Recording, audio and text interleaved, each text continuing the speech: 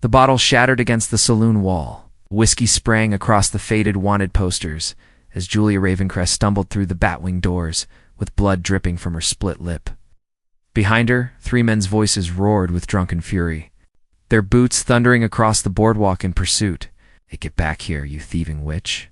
Bartender Mitch Ironwood looked up from polishing glasses, his steel-gray eyes taking in the scene with the calm assessment of a man who'd seen every kind of trouble. The woman was young, maybe 25, with wild auburn hair escaping from a once neat bun and a torn blue dress that had seen better days. Her green eyes blazed with defiance, even as terror flickered beneath the surface. "Please," she gasped, pressing herself against the bar. "They're going to kill me." Ow. The saloon fell silent except for the tick of the old clock and the wheeze of the piano player's accordion. Even the poker game in the corner paused, cards frozen halfway to the table. Everyone knew what happened to women who crossed the Garrison brothers, and everyone knew better than to interfere. Everyone except Mitch. He set down his glass with deliberate slowness, his scarred hands steady as granite. Been tending bar in Copper Falls for 15 years, and in that time he'd never once backed down from trouble. His reputation was built on two things. He made the best whiskey in 3 counties, and he protected anyone who came through his doors, seeking sanctuary. "Ladies under my protection now," he announced as the 3 Garrison brothers burst through the doors, their faces flushed with liquor and rage. "Like hell she is," snarled Rex Garrison, the eldest and meanest of the trio. His hand rested on his gun butt, and his brothers flanked him like wolves. "That little bird stole our money. I earned every penny." Julia's voice cracked with exhaustion and fury. "Cooking and cleaning for you animals for 3 months, and you never paid me a cent. I took what was owed. You took what wasn't yours." Rex spat. "Nobody steals from the Garrisons and lives to tell about it." Mitch stepped out from behind the bar, his movement fluid despite his size. He stood 6'4" in his boots, broad-shouldered and lean, the kind of quiet strength that came from years of hard living. A jagged scar ran from his left temple to his jaw, a souvenir from a knife fight in his wilder days. "Seems to me she took wages you owed her," he said conversationally. "That's not stealing, boys. That's justice." I. Rex's hand tightened on his gun. "You got no business in this, Ironwood. When trouble comes through my doors, it becomes my business." Voice carried the weight of absolute certainty. "Now, you can walk out peaceful-like, or I can help you find the door. Your choice." The tension stretched taut as a bowstring. Julia pressed closer to the bar, her heart hammering so hard she was sure everyone could hear it. She'd heard stories about Mitch Ironwood, how he'd fought in the war, how he'd killed 7 men in a single gunfight, how he'd never lost a battle worth fighting. But seeing him face down 3 armed men without flinching, she understood for the first time what real courage looked like. "There's 3 of us and 1 of you," Rex pointed out, though his voice held less certainty than before. Mitch smiled, and it wasn't a pleasant expression. "I like those odds." The youngest Garrison brother, barely 20 and sweating despite the evening chill, tugged at Rex's sleeve. "Maybe we should just go, Rex. That money ain't worth dying for." But Rex had invested too much pride to back down now. His gun cleared leather in a smooth draw, and the saloon exploded into chaos.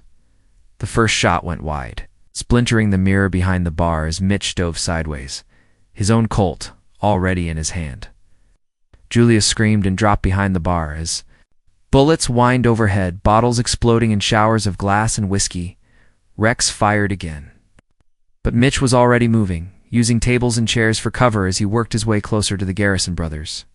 His return shot took Rex in the shoulder, spinning him around and sending his gun clattering across the floor. "Damn you, Ironwood!" Rex clutched his bleeding shoulder, rage distorting his features. "Kill him." The middle brother weighed, emptied his cylinder wildly, more interested in making noise than hitting his target. Mitch's next shot dropped him with a bullet through the thigh, and suddenly only young Billy Garrison remained standing, his gun shaking in his white-knuckled grip. "Don't do it, son," Mitch said quietly, his Colt trained on the boy's chest. "Your brothers made their choices. Still got time to make yours?" Billy's eyes darted between his wounded brothers and the implacable bartender. At 19, he'd always followed Rex's lead, but staring death in the face had a way of clarifying a man's priorities. His gun hit the floor with a loud clatter. Smart boy. Mitch holstered his weapon and helped Rex to his feet, showing more gentleness than the man deserved.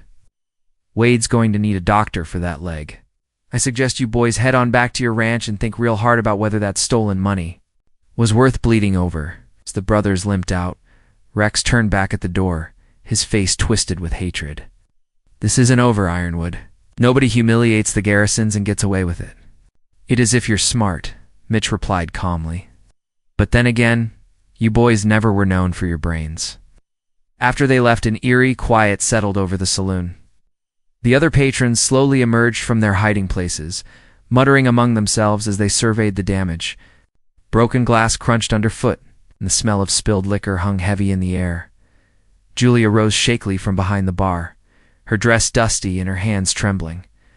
She stared at Mitch, as if seeing him for the first time, this quiet man who'd risked his life for a stranger. "Why?" she whispered. "Why would you do that for me?" Mitch began picking up larger pieces of glass, his movements methodical and calm. "Because you asked for help and I was in a position to give it. But you don't even know me. I know enough." He looked up, his gray eyes serious. "I know you worked 3 months for wages never paid. I know you had courage enough to take what was yours, even knowing the risk. And I know you came here seeking sanctuary, not trouble." Julia sank onto a bar stool, overwhelmed by the night's events and this man's unexpected kindness. In her 25 years, no one had ever stood up for her, ever protected her from anything. Her father had sold her to pay gambling debts when she was 17, and since then, she'd learned to rely only on herself. "I don't have anywhere to go," she admitted quietly. "The Garrisons will be watching the roads out of town, and I spent my last dollar on the stage here. Then you'll stay." It wasn't a question. "I've got a room upstairs you can use, and this place needs a woman's touch anyway." "I can't pay you. Did I ask for payment?" Mitch's voice was gruff but not unkind. "Consider it wages in advance. This place needs cooking and cleaning, and I need someone I can trust to help run it properly." Julia felt tears prick her eyes. After years of using people and being used in return, his simple offer of honest work felt like a miracle. "Mr. Ironwood, Mitch," he corrected, already sweeping broken glass into a pile. "And if you're going to work here, first rule is we take care of our own. Anyone who works for me gets my protection, no questions asked." As Julia helped him clean up the debris from the fight, she found herself stealing glances at this enigmatic man who'd changed her life in the space of a few violent minutes. There was something solid about Mitch Ironwood, something dependable in a world that had taught her to trust nothing and no one outside. Thunder rumbled across the Montana sky, promising rain. But inside the Lucky Strike saloon, Julia Ravencrest felt safe for the first time in years. Under the protection of a scarred bartender, asked nothing more than honest work in return for sanctuary, she had no way of knowing that this was only the beginning of a love story that would transform them both. 3 weeks passed like a dream Julia was afraid to wake from. She rose each morning before dawn to bake fresh bread and prepare meals for the saloon's patrons. Her movements gradually becoming familiar rhythms in the kitchen Mitch had built behind the bar. The work was honest and harder than anything she'd done for the Garrisons, but for the first time in years. She felt useful rather than used. Mitch proved to be a man of few words but many kindnesses. He never asked about her past, never pressed for details about the scars that crisscrossed her wrists or the way she flinched when men raised their voices. Instead, he simply treated her with quiet respect, paying her fair wages each week and making sure she ate regular meals. "You're putting meat on your bones," he observed one evening, as they cleaned up after the supper crowd. "Good. You were too thin when you arrived." Julia blushed, conscious of how his eyes lingered on her face. She'd filled out under his care, her cheeks losing their hollow appearance, her auburn hair regaining its natural shine. The fear that had haunted her eyes was slowly being replaced by something that looked almost like contentment. "Never thanked you properly," she said, hanging up her apron. "For what you did that first night, no need." Mitch wiped down the bar with methodical strokes. "Any decent man would have done the same." "No," Julia said firmly. "They wouldn't have." Most men would have let the Garrisons take me, or worse, tried to claim me for themselves afterward. We gave me shelter and asked for nothing but honest work in return. Mitch paused in his cleaning, something flickering in his gray eyes. What kind of men have you known, Julia? The question hung in the air between them, heavy with implication. Julia turned away, pretending to organize bottles on the shelf while she gathered courage to answer. Kind who see women as things to be owned, she said finally. My father sold me to pay a poker debt when I was 17. The man who bought me wasn't kind. When he died 2 years later, I thought I was free, but his debts passed to his brother, and his brother had different ideas about how I should earn my keep. Mitch's hand stilled on the bar, his knuckles white around the rag. And the Garrisons were supposed to be my employers, nothing more. Promised decent wages for cooking and housekeeping. Julia's laugh was bitter. Should have known better. Men like that don't hire women to cook. The silence stretched between them, filled with unspoken understanding. Finally, Mitch set down his rag and turned to face her fully. Julia, he said, his voice rough with emotion, no man has the right to treat a woman that way, not ever, for any reason. She met his eyes and saw something there that made her heart skip not pity, but rage on her behalf, righteous anger at the injustices she'd endured. It was an expression she'd never seen on a man's face before, and it moved her more than she dared admit. I know that now, she whispered. Being here, working alongside you, you've shown me what respect looks like. Something shifted between them in that moment, an acknowledgement of feelings that had been growing quietly over the past weeks. Julia had found herself looking forward to their evening conversations, to the way Mitch's stern features softened when he smiled, to the gentle way he treated everyone who came through his doors, and Mitch, for his part, had discovered that the walls he'd built around his heart after the war weren't as impenetrable as he'd believed. Julia's quiet strength, her determination, to build something better from the ashes of her past, had touched something in him he'd thought long dead. Julia, he began, then stopped, running a hand through his dark hair. I don't want you to feel obligated to anything because I helped you. You're free to leave anytime you want, to build whatever life you choose. And if I don't want to leave? The question escaped before she could stop it, hanging in the air like a challenge. Mitch's eyes darkened. Then I'd say you're welcome to stay as long as you like. This place. It's better with you in it. Before either could say more, the Batwing. Doors burst open, and Rex Garrison stumbled in, his arms still in a sling from their previous encounter. Behind him came 6 hard cases Julia didn't recognize. All armed, and all wearing the kind of cold expressions that meant serious trouble. Evening, Ironwood, Rex drawled, his good hand resting on his gun butt. Thought it was time we finished our conversation. Mitch stepped protectively in front of Julia, his own hand moving instinctively toward his Colt. Saloons closed for the night. Rex, you and your friends need to move along. Oh, we're not here for drinks. Rex's smile was ugly. We're here for the woman, and this time you don't get to play hero. The hired guns spread out across the saloon floor with practiced precision, cutting off any escape route to the back door. Julia's heart hammered against her ribs as she recognized the type drifters and killers who sold their services to the highest bidder. Rex had invested serious money in revenge. 6 against 1 ain't very sporting odds, Mitch observed conversationally, though his muscles coiled like a spring ready to release. Should have thought of that before you made an enemy of my family, Rex replied. Boys, take the woman alive. Kill Ironwood slow. The nearest gunman, a grizzled man with gold teeth and dead eyes, took a step forward. Nothing personal, bartender. Just business. It's about to get personal, Mitch said quietly. What happened next would be talked about in Copper Falls for decades. Mitch's Colt cleared leather faster than lightning, his first shot taking gold teeth center mass before the man could blink. Julia dove behind the bar as chaos erupted, the saloon filling with gun smoke and the thunder of weapons. But 6-1 odds were 6-1 odds. No matter how fast a man could draw, Mitch fought like a demon, using overturned tables for cover, making every shot count, but bullets chipped the wood around him, and one grazed his temple, sending blood streaming down his face. Enough. Rex roared as his hired guns gradually cornered the wounded bartender. I want him alive to watch what happens to his little bird. Two gunmen grabbed Mitch's arms while a third pressed a gun to his head. Blood dripped from multiple wounds, but his gray eyes still burned with defiance. "Let her go, Rex," he gasped. "Your fight's with me. My fight's with anyone who costs me money and respect." Rex limped closer to where Julia crouched behind the bar. "Come out, darling. Time. To pay for all the trouble you've caused?" Julia's hand shook as she reached for the shotgun Mitch kept under the bar. She'd never fired a weapon in her life, but desperation made her bold. Rising slowly, she pointed the heavy gun at Rex's chest, trying to keep it steady.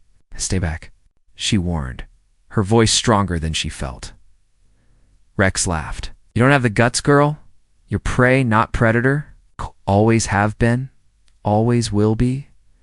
"Maybe," Julia admitted. "But I'm not the same woman who ran into this saloon 3 weeks ago. This man taught me what it means to be protected, what it feels like to be valued, and I'll die before I let you hurt him."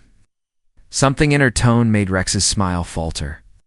This wasn't the broken, terrified creature he'd expected to cow into submission.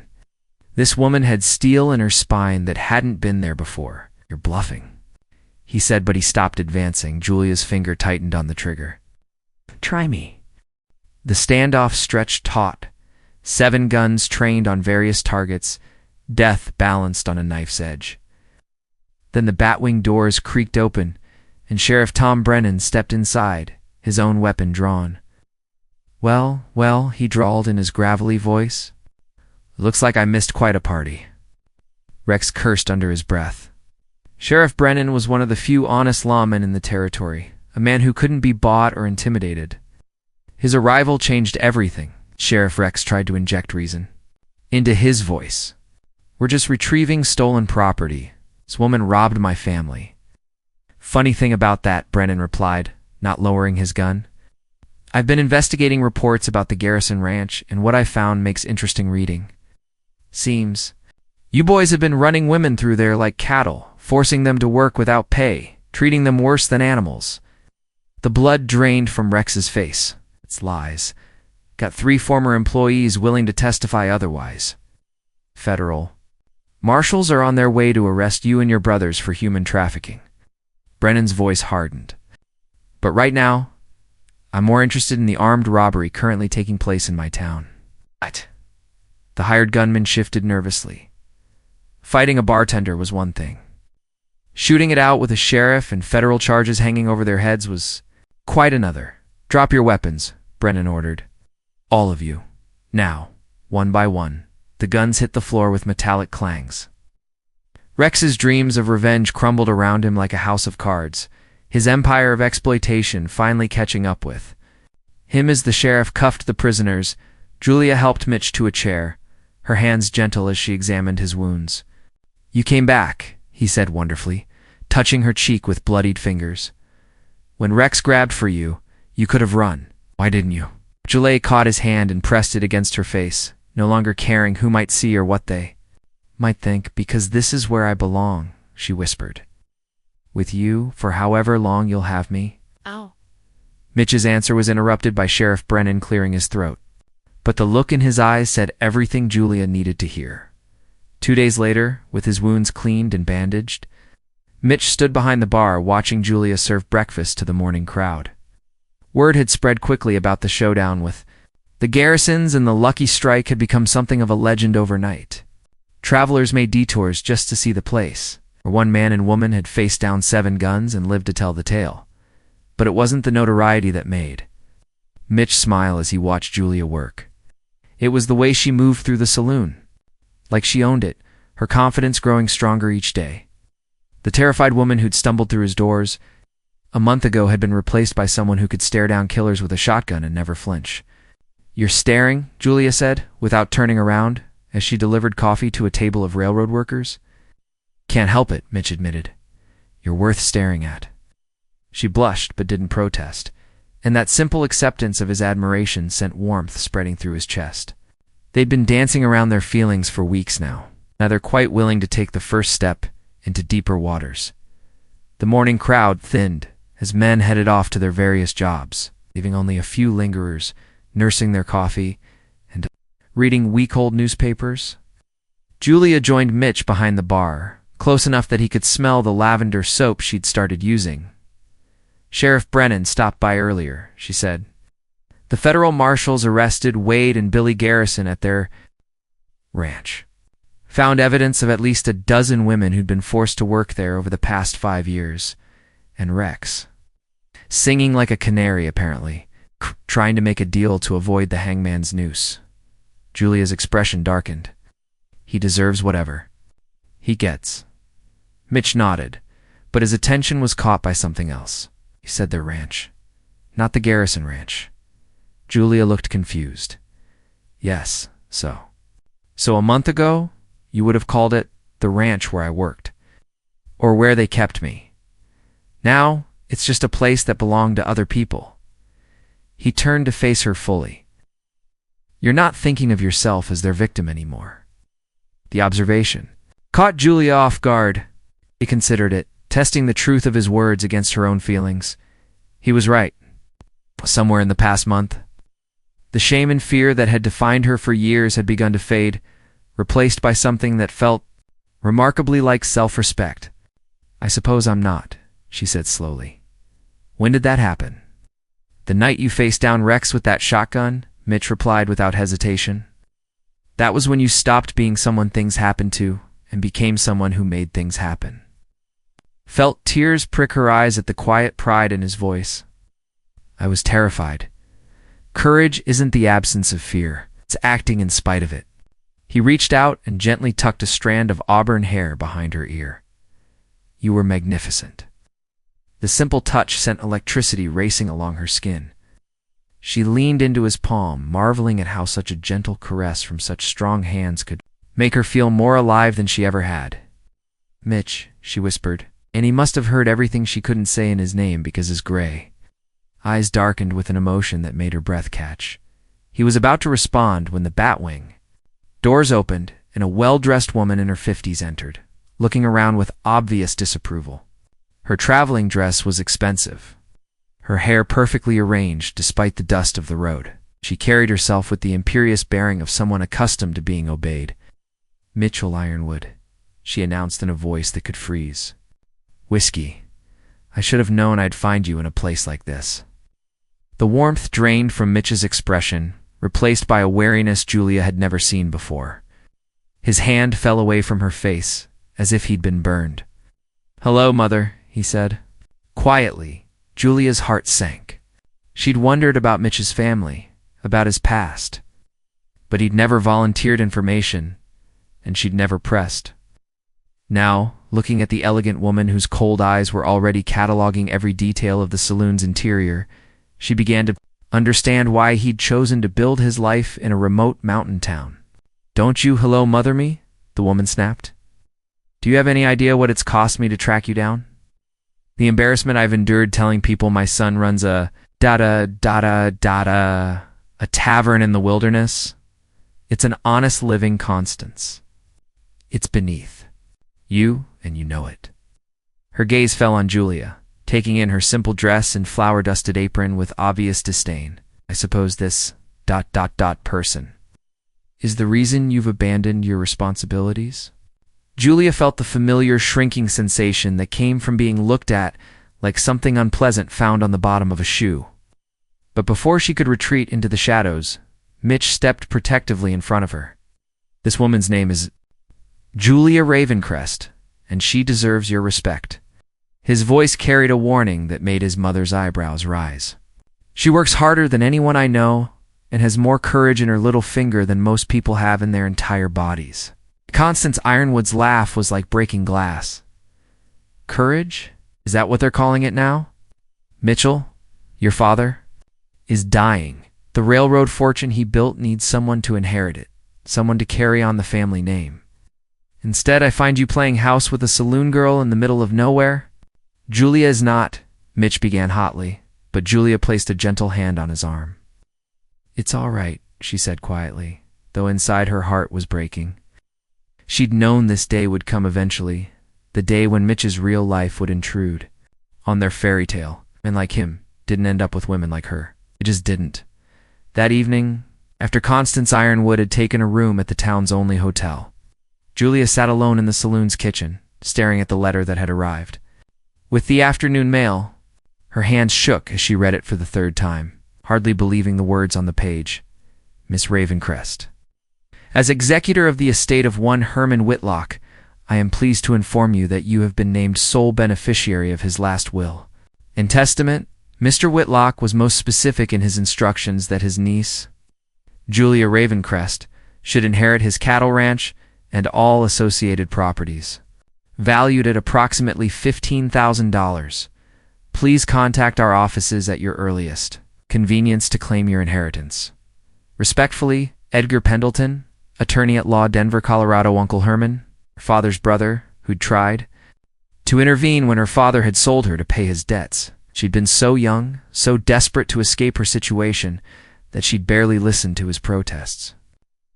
Now he was dead, and somehow he'd remembered the frightened girl who'd needed help so long ago. $15,000. It's more money than she'd ever dreamed of having. Enough to buy her freedom, her independence, her own place in the world, Julia. Mitch's voice came from the doorway, soft and concerned. Are you all right?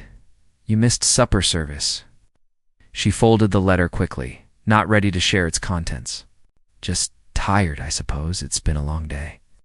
He entered the kitchen, his expression troubled. His mother's arrival had shaken something loose in him, stirred up old conflicts he'd hoped to keep buried, about what my mother said earlier. She's not wrong. Julia kept her voice steady, though her heart was cracking with each word. You do come from a different world than I do. Railroad fortunes, family expectations. I always knew this was temporary. Did you? Mitch moved closer, his gray eyes intense. Because I've been thinking it might be permanent. The words hit her like a physical blow. A month ago, she would have fallen to her knees in gratitude for such a declaration. But now, with her uncle's letter burning in her pocket and the memory of Constance Ironwood's contemptuous stare still fresh, Julia found herself pulling back. Your mother's right about one thing, she said quietly. Your father is dying, and he needs you. Family obligations don't just disappear because we want them to. My family obligation is to the people I choose to call family. Mitch reached for her hands, capturing them despite her attempt to retreat. Julia, I love you. I've loved you since. That first night when you stood up to the garrisons with more courage than most men could muster. I don't care about railroad fortunes or society expectations. I care about you. The confession hung in the air between them. Everything she'd dreamed of hearing, and everything that made her choice impossibly harder. Because she loved him too, with a depth that frightened her, and that was exactly why she couldn't let him sacrifice his birthright for her. And I love you, she whispered, watching his face light up with joy. But love isn't always enough, is it? Your mother was right about something else. I am a saloon girl. I've been used by more men than I can count, traded like property, treated like trash.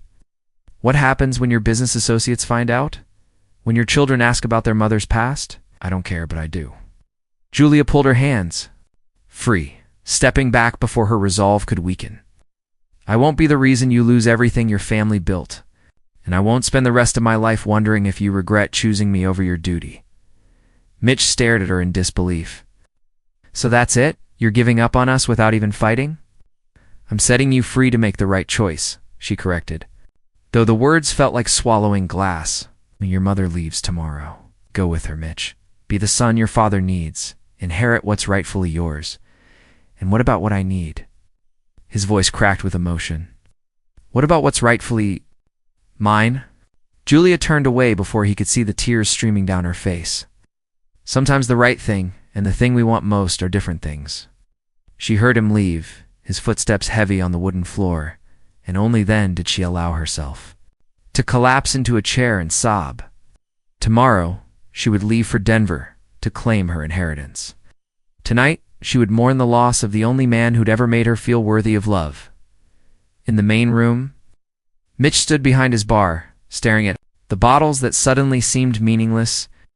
Outside, thunder rumbled across the Montana sky, and he wondered how everything had gone so wrong so quickly.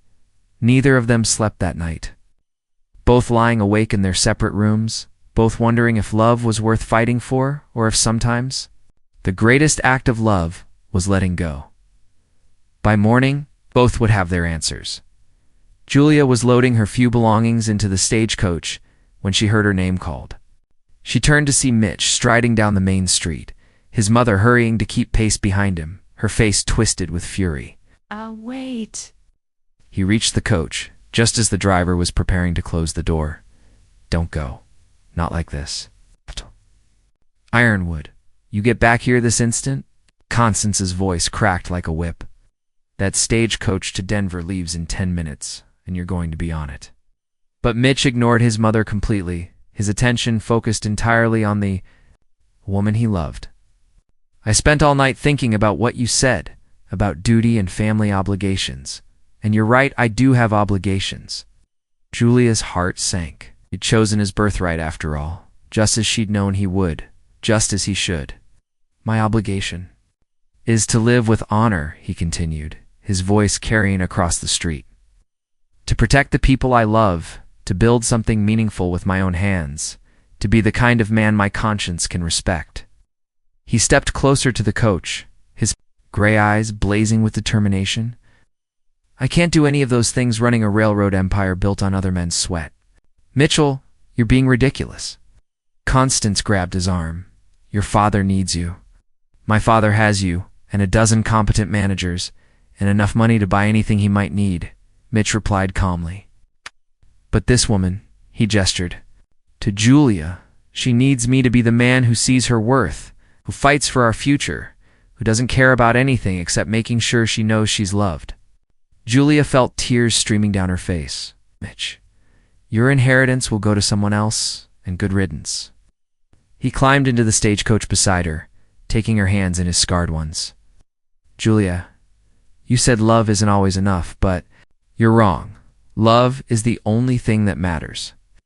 Everything else, money, social position, family approval, it's all just decoration. The coach driver cleared his throat. Folks, we need to be moving along. You staying or going? We're getting off, Mitch announced, helping Julia down from the coach. Behind them, Constance made a sound like a kettle boiling over. This is your final answer? She demanded, her face mottled with rage. You're choosing this? This nobody over your own family? His expression hardened. I'm choosing the woman I love over the mother who never saw me as anything more than a continuation of her social ambitions. He turned to Julia, his voice gentle again. That is, if she'll have me. Leah looked into his eyes and saw everything she'd ever dreamed of: acceptance, protection, unconditional love. But more than that, she saw a man who'd counted the cost and chosen her anyway. There's something you need to know, she said, pulling her uncle's letter from her pocket. I inherited my uncle's ranch, $15,000 worth of land and cattle near Denver. Mitch read the letter quickly, his eyebrows rising. When he looked up, his smile was brighter than the Montana sunrise. So you're not a poor saloon girl after all, he said teasingly. You're a woman of property. Does it matter? Only because it means you can afford to keep me. He went down on one knee right there in the dusty street, pulling a simple gold ring from his pocket. Julia Ravencrest, will you marry me? Will you let me take your name and build a life with you on that ranch in Colorado? The crowd that had gathered cheered as Julia threw her arms around his neck, laughing and crying at the same time. Yes, you stubborn, wonderful man. Yes to all of it. Behind them, Constance Ironwood stood in shocked silence as her son kissed his bride to be with a passion that made the onlookers cheer even louder. Finally, she turned on her heel and stalked toward her own waiting carriage. You'll regret this, Mitchell, she called over her shoulder. Mark my words, you'll come crawling back when reality sets in. But Mitch was too busy kissing Julia to respond, and Julia was too busy kissing him back to care what anyone else thought. They had found each other in the most unlikely circumstances, fought for their love against impossible odds, and emerged stronger than ever. 6 months later, they stood together on the porch of the Ravencrest Ranch, watching the sunset paint the Colorado mountains.